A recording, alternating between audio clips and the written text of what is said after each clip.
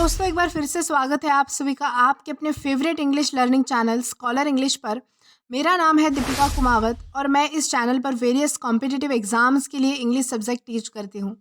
तो आज की इस वीडियो में हम एक बहुत ही शानदार पोएम डिस्कस करने वाले हैं जिसका नाम है God's grandeur bye G.M. Hopkins. तो चलिए आगे बढ़ने से पहले पोएट के बारे में थोड़ी सी इन्फॉर्मेशन देख लेते हैं। तो दोस्तों G.M. हॉपकिंस का पूरा नाम था ग्रेराड मेनली हॉपकिंस। इनका जन्म 28 जुलाई 1844 को हुआ था। हॉपकिंस एक मिडिल क्लास फैमिली से बिलोंग करते थे और वो 9 बच्चों में से सबसे बड़े थे। उनका जन्म स्टार्टफोर्ड एक्सेस में हुआ था। उनके फादर ने मरीन इंश्योरेंस पर कुछ बुक्स एंड पोएम्स भी लिखी थी और उनकी मदर जर्मन फिलॉसफी में इंटरेस्ट रखती थी। हॉपकिंस की चाची उन्हें folk songs and Elizabethan tunes सिखाती थी। वो एक English poet and Jesuit poet थे।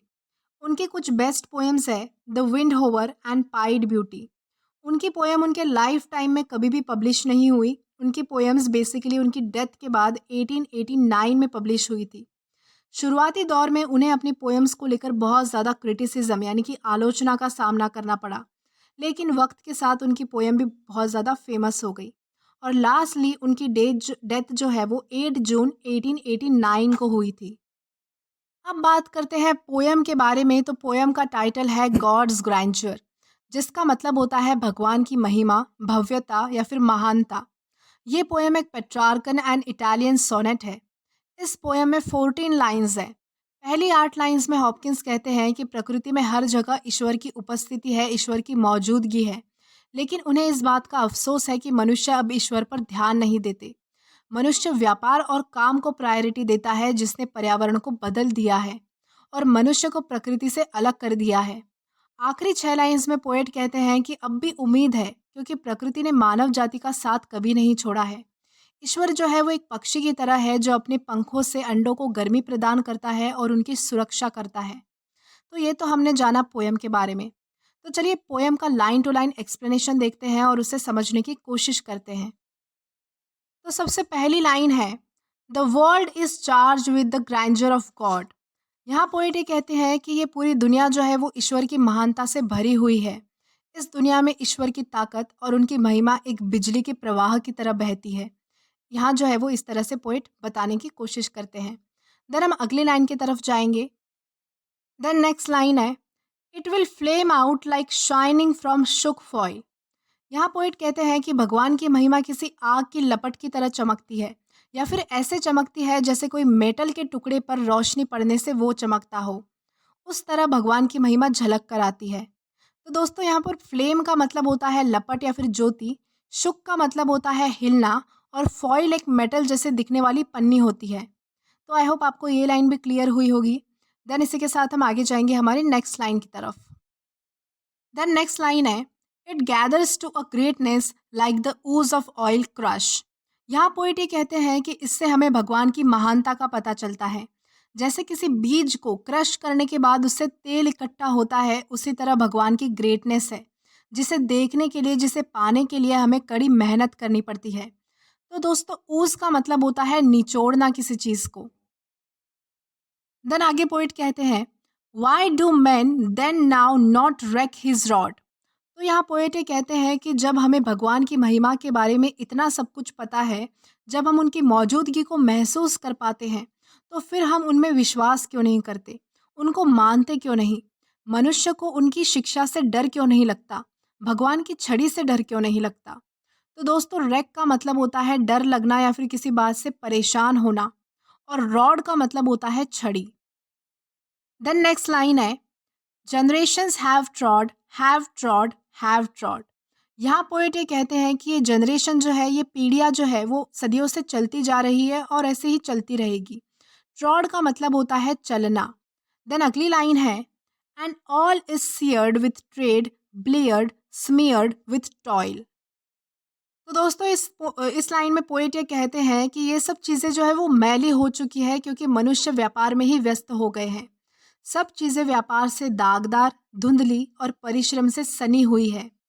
यहाँ सियर्ड का मतलब होता है दागदार होना, ब्लियर्ड का मतलब होता है धुंधला हो जाना, स्मियर्ड का मतलब होता है सना हुआ होना, और टॉयल का मतलब होता है कठिन परिश्रम करना या फिर मेहनत करना।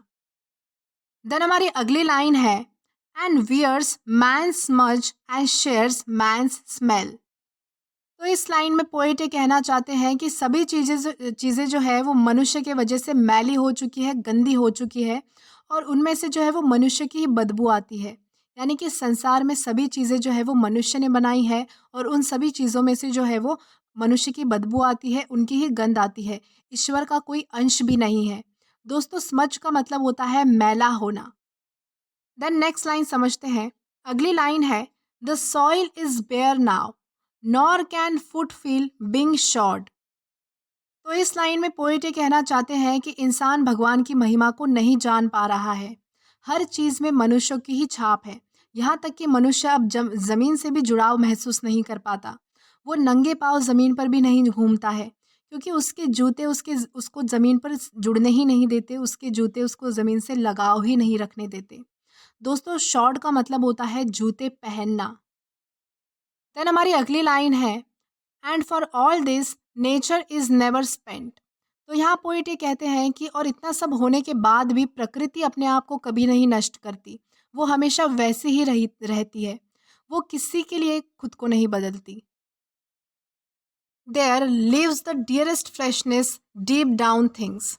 यहाँ पोएट कहते हैं कि इन सब चीज़ों की गहराई में सबसे प्यारी ताजगी रहती है। यानी इन सब चीज़ों के भीतर भी एक खुशहाल जिंदगी पनपती है। यहाँ पे इस तरह से जो है वो पोएट बताने की कोशिश कर रहे हैं। देन हमारी अगली लाइन्स है and though the last lights off the black west went oh morning at the brown brink eastward springs. तो यहाँ पोएट ये कहना चाहते हैं कि मनुष्य भगवान की महिमा को माने या फिर ना माने तो भी हमेशा दिन की आखिरी किरण पश्चिम की ओर ही ढलेगी और इसी अंधेरे को चीर कर सुबह की पहली किरण पूर्व से ही निकलेगी। यानी कि भगवान की महिमा अभी भी मौजूद है। मनुष्य चाहे कितना भी आगे बढ़ जाए व्यापार में, वो सब कुछ हासिल कर सकता है, सब कुछ बदल सकता है, लेकिन इस प्रकृति और भगवान की महिमा को वो कभी भी बदल नहीं सकता या फिर नष्ट नहीं कर सकता। देन हमारी लास्ट टू लाइन्स है because the holy ghost over the bent world broods with warm breast and with ah bright wings. तो इन लास्ट टू लाइंस में पोएट ये कहना चाहते हैं कि ये सारी चीज़ें एक साइकिल में चलती है क्योंकि मनुष्य चाहे भगवान में माने या फिर ना माने, लेकिन भगवान अपने बच्चों को जिस तरह एक पक्षी अपने बच्चों को अपने पंखों से गर्माहट देती है, उनकी प्रोटेक्शन करती है, उसी तरह भगवान जो है वो अपने बच्चों को प्रोटेक्ट करता है। तो दोस्तों इसी के साथ हमारी इस पोएम का लाइन टू लाइन एक्सप्लेनेशन ख़त्म होता है। आई होप आपको ये पोएम ज़रूर समझ आई होगी और पसंद भी आई होगी। और अगर आपको ये पोएम पसंद आई हो तो do like this video, subscribe the channel and share as much as you can. और अगर आपने इससे पहले वाली पोएम के वीडियोज़ नहीं देखे हैं तो आप यहाँ पर क्लिक करके वो पोएम के वीडियोज़ भी देख सकते हैं। Till then keep learning. Thank you.